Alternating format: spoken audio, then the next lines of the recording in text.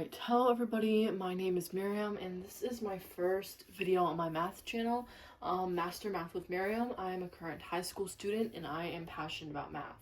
And so I want to spread that passion by helping others online with different math topics. And so the first topic that I'm going to be discussing, my first video on YouTube, is factoring quadratics. And so really, I'm going to start with the basics, which is greatest common factor. The first thing you want to do whenever you're given a quadratic and you're asked to solve or you're asked to factor it out is to find the greatest common factor, if there is one. This usually helps make your simplifying life much easier. So let's get started with the greatest common factor. These aren't necessarily quadratics, but we are just going to use them as practice for finding the greatest common factor. So here we have 56 minus 35p. What number can we take out of both 56 and 35p? 7. 7 can be taken out of both of these. So that leaves you with 8 minus 5p. This is the simplest form that you can factor it out.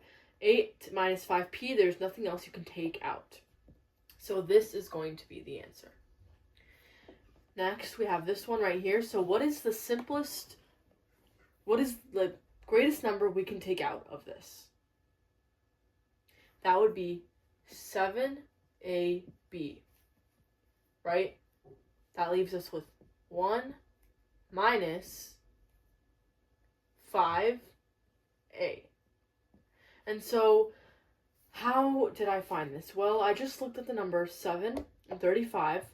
What number can I take out of both of these? 7. And then I looked at what variables follow them. So we have ab here and we have a squared b here. So both of these have in common an a and a b. And if it really helps, you can kind of do this. A times b. This helps you visualize how much they have in common. So we can tell they have an a and a b. That leaves us with one a left. And so if you were to take both of those out, you would be left with 1 minus a. So this is kind of something you can do on the side, but you generally want to get used to just seeing it and being able to tell. You can even take it part by part. First the numbers, then the variables. As long as you get everything that you can factor out on the outside of the parentheses. Okay? And you guys can give this one a try. Okay, so what is the greatest number we can factor out of this? Well, let's look. 21, 30, and 27, what do they all have in common? I see a 7 here, doesn't work here. 3 works here, 3 works here. 3 works here as well. Okay, so we've got 3. Let's give that a try. 3. Can we take out any p's? We've got p to the 6th, p to the p squared, and no p's here, which means we cannot take out a p because there's no p here. So what are you going to take it out of? Nothing? No. There has to be a p on at least each one of these in order to factor that out. However, there's not, so we're just going to take out a 3. Sometimes that is the simplest you can go. That leaves us with 7 p to the 6th plus 10 p squared plus 9. And that's it. That is the most you can factor this out. And so sometimes if you don't know if you factored something to the maximum, take out what you know you can take out, and then see, is what's left in the parentheses, can we still factor out more? If so, then take it out, put it on the outside, and it gets multiplied with whatever you already have on the outside. If not, then that is it. But what's helpful is always looking inside of the parentheses to see, did I miss something, did I leave something, or is that it? What you want to start by, first of all, from this point onwards, we're going to be working with quadratics specifically. Now, we're going to be, first of all, factoring trinomials with a value equals 1. So if you know your quadratic form, which is ax squared plus bx plus c, a is that constant right in front of the x squared. So this is our a value. When we have a equals 1, that means our quadratic looks something like this, where a is 1 in here, and so you don't really need to write the 1 when it's just a 1 in front of the x. So this is how our quadratics are going to look, that we are going to be factoring. So what do? First of all, whenever you see your a value is equal to 1, now note, not negative 1. If it's equal to negative 1, I'll show you how to do that one in a minute. But if we have our a value equal to 1, what you want to do is just draw two sets of parentheses and put that variable that's being squared in both of the parentheses. That's step 1. Step number 2 is to look at your c value, right? If you remember, ax squared plus bx plus c. Look at your c value, which is right here, that number without any variable. You're going to ask yourself the question, what two numbers multiply to get 72? Or you know what, it would be easier to just do multiply to get 72 and add to get 17. Right here. How do we get 17? The b value. So what two numbers multiply to get 72 and add to get 17? And we need to find those two numbers. So what two numbers multiply to get 72? Well, we've got, the first thing I can think of right on top of my head is 8 times 9. Okay? Do these two numbers multiply to get 72? Yes. Did they add to get 17? 8 plus 9? Yeah. Those two add to get 17. So we got lucky on that first one. The first thing I thought of was the first thing that worked out. So because this is positive 8 and positive 9 that multiply to get 72, you're just going to put positive 8, positive 9. That's it. You've officially factored out this quadratic. You're done. So an important thing to know is that it doesn't matter. You could have also done this. Doesn't matter what order you put them in because multiplication is commutative, which means that when it doesn't matter what order you do it in, you will still get the same answer for multiplication. And so it doesn't matter if you put the 9 here or the 8 here, but you're done. So sometimes it's helpful to just draw out this chart to help you keep in mind what two numbers you're looking for, especially when the numbers get harder or more difficult that you're going to be looking for. Now we've got this one right here, which says a squared minus 6a minus 27, and we need to factor this quadratic out. So first of all, once again, because we see our a value is equal to 1 right here, right? It's invisible. We can't see it, but we know that there's a 1 right there because there's not any other number there. So what we're going to do is we're going to draw our two brackets, our two sets of parentheses, and we are going to take that variable that's being squared and put it in each of them. And then what we are going to do is ask ourselves the question, what two numbers multiply to get to negative 27? I'm going to put a little multiplication sign at the end. And add to give us negative 6. So what two numbers multiply to get negative 27, add to get negative 6? Well, what we can do is kind of start just making a chart. Oh, this looks a little confusing. How would I put it above? There we go. What two numbers multiply to get negative 27? I'm going to start by saying negative 3 times 9, right? Negative 3 times 9 is negative 27. Do these add to get negative 6? Well, negative 3 plus 9 is equal to positive 6. So no. What if I switch that up, though? What if I did instead of negative 3 times 9, what if I did 3 times negative 9? Does this work? Well, this does still get us to negative 27. Doesn't get us to negative 6. Let's see. 3 plus negative 9 equals negative 6. Yes, so our two numbers are positive 3 and negative 9. So we can once again put the 3 here and the 9 there. And that's it. And if you really want to check your answer, you can FOIL. So what are we going to do for that? We're just going to distribute. So a times a, you get a squared. A times negative 9, you get negative 9a. 3 times a, you get 3a. 3 times negative 9, you get negative 27. And so if we were to combine like terms here, you end up with a squared minus 6a minus 27, which is what we started with. So this is indeed the factored form. And so always, you can FOIL if you have spare time just to check your work on a test or quiz or whatever. Homework, it's always better to check your work. And so foiling is the method to do that. Okay, so now what we are going to be doing is we're going to be factoring out this trinomial. However, this doesn't just have an a value of 1. I mean, it has an a value of negative 1. And so that makes it completely different. We can't just put two sets of parentheses, put down our x, and say what two numbers multiply to get positive 6 and add to get negative 5. We can't do that here because our a value is equal to negative 1. We want our a value to always be positive, and you should always remember this. Whenever you have you're solving a quadratic equation and you're moving stuff from one side of the equal sign to the other, you should always strive to have an a value that's positive. And so that's what we're going to do here. We're going to turn this into a positive a value by taking out a greatest common factor, like we talked about earlier, of negative 1. When we do that, we are left with x squared plus 5x minus 6. There we go. Now we've got an a value that is positive, and now we can actually solve using the trick that we just learned. Because our a value is positive, we can draw two sets of parentheses, put our variable that's being squared in both of them. No, by the way, remember, we are not putting x squared in both of them. We are just putting x, because x times x is going to get us x squared when we FOIL it out later on to check our answer. So now we ask ourselves the question, what two numbers multiply to get negative 6 and add to get 5.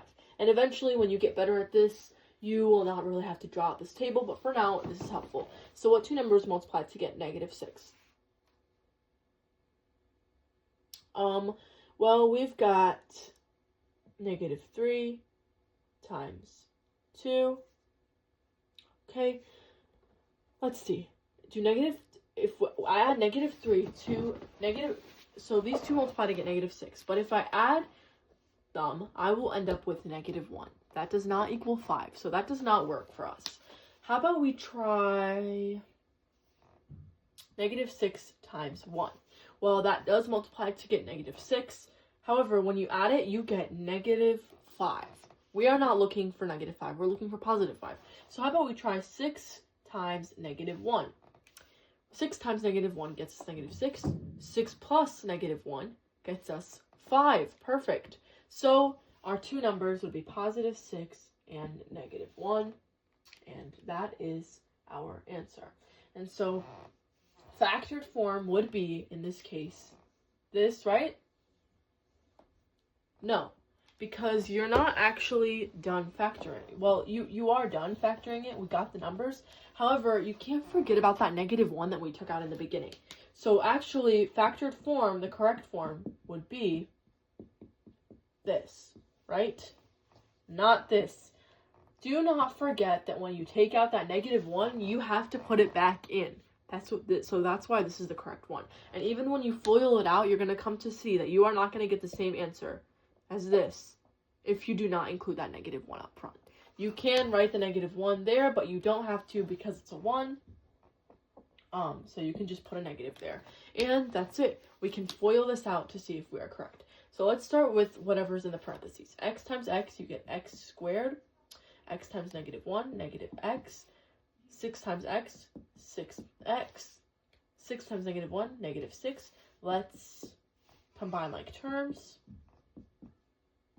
And then let's multiply everything by negative 1 that we have up front. That leaves us with negative x squared minus 5x plus 6. Do these two match up? Yes, they do. So this is the correct factored form. Do not forget to bring that negative 1.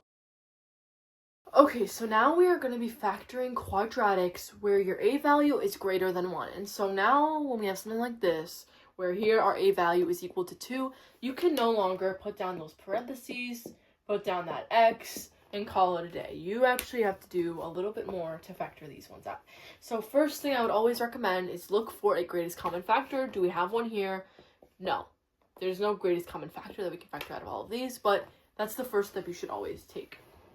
Second, I'm going to be teaching you a method that I learned in middle school, and it is one of my favorites till this day, and that's called the M method. So what you're going to do when you're faced with a quadratic like this is, first of all, you're going to have two arrows on the first and last terms. You're going to bring down that 2x squared, and you're going to bring down that plus 2. Do not forget the signs. You need the plus 2 there. Here, there's nothing in front of it, so you don't really have to put the positive 2 there, but you need it here. Now what you're going to do is you're going to have two inner arrows. 2 times 2 is 4. Okay? 2 times 2 is 4. So do you see that M forming? We've got an M like this. Okay, so 2 times 2 is 4. So now we're going to ask ourselves the question, what two numbers multiply to get 4 and add to get negative 5? Once again, we can draw it on the side. What two numbers multiply to get 4 and add to get negative 5? And so, since we're looking at a negative, we probably want negatives to be multiplied to get the positive 4. So how about negative 1 times negative 4? Negative 1 times negative 4 gets us positive 4 when multiplied, but when added, that gets us negative 5. So our two choices would be negative 1 and negative 4. Now what are you going to do? You're just going to write your numbers out. Minus 4, negative 1, negative 4, and you're going to add an x to them because they are the middle terms. Now, if you were to combine these, what would you get? You would end up with negative 5, which, surprise, surprise, is the number up there. So you're just going to add an x to both of them, and then what you're going to do is called factor by grouping. So you're going to basically group the first two terms together in the brackets and the last two terms in the brackets. Make sure you have that sign, the signs in there. And then what you're going to do is you're going to factor out the greatest common factor out of both of these. So over here, the greatest common factor would be x. You would end up with 2x minus 1. Over here, the greatest common factor, first of all, we have to, note this, when we're factoring this one out, we want to get whatever's inside the parentheses here to match what's inside the parentheses here. How are we going to do that? Negative 4x to go to 2x, we're going to have to factor out a negative 2. That leaves us with 2x minus 1. Now they are matching on the insides, which means that we did this factoring correctly. Now what you're going to do is you're going to take your two numbers that are on the outside and you're going to put them in one parenthesis together. And then you're going to take this, which I know is repeated twice, and you're just going to put it once here. And that is your factored form for this quadratic with an a value greater than 1. Alright, so this is the last quadratic that we're going to be factoring today, and it once again has an a value that is greater than 1. So what are we going to do? We're going to use the M method. You're going to bring down the first and last terms with their signs. Then you're going to multiply the first and last terms like this. And you're going to get 30 here, 5 times 6. Now, please note, if there was a negative 6 here instead, you would have negative 30. So signs matter here. Whatever their signs are, that is what they're going to multiply to get. But here, we started off with a positive 6, so 5 times positive 6 is going to get you 30. Now we ask ourselves, what two numbers multiply to get 30 and add to get 13?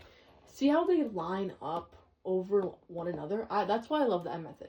You've got what two numbers multiply to get 30 and add to get 13. They lie on top of one another. It's just easier to read, in my opinion, which is why I like the M method, and hence it's called the M method because it does make an M shape once you trace it out. But anyway, let's get rid of those for now. And so we've got what two numbers, we can once again make that little table right here, multiply to get 30 and add to get 13. And so let's think about it. What two numbers multiply to get 30? On the top of my head, I think of 5 times 6. 5 times 6 gets us 30, but 5 plus 6 gets us 11. So it can't be 5 and 6 because we need to add to get 13. How about, think about it, 10 times 3. 10 times 3, they multiply to get 30, and when you add them, they get you 13. Those are your numbers. So you're going to put a 10 here, plus 10, plus 3, and do not forget that you do need to put the variable k. So k is our variable here, so k is going to go there. And once again, if you combine 10k plus 3k, you should get 13k again. So just do not forget to add that variable after you find the two numbers. Then we're going to do something called factor by grouping. So let's do that. Make sure you include those signs. So this 3k was plus 3k. You're going to need those signs. So let's take out the greatest common factor here, which is 5k. You end up with k plus 2. Remember, we need whatever's in this parenthesis to match whatever's in this parenthesis. So here we can take out greatest common factor of 3. We get k plus 2. the insides of what both of our parentheses are matching. That's how we did it right. And the 5k here and the 3 here to inside one parenthesis, and then we're going to take that k plus 2, and we're just going to put it inside another parenthesis, and this is your final factored form. Remember when we combine that 5k and 3, there is a plus sign in front of that 3 right there. Okay, that's why we have a plus sign between them. If there was a minus, if we had to take out a minus, it would be 5k minus 3. But here in this case, it's plus. So always pay attention to those signs. But this is your factored form. We can always check by doing, I don't have a lot of room here, but 5k times k is 5k squared. 5k times 2 plus 10k. 3 times k is 3k plus 3k. And then you get 3 times 2, which is 6. And if you combine like terms, you're going to end up with a 13 in the middle. That's 5k squared plus 13k plus 6, which matches up with the original one that we started with. And so that is basically it.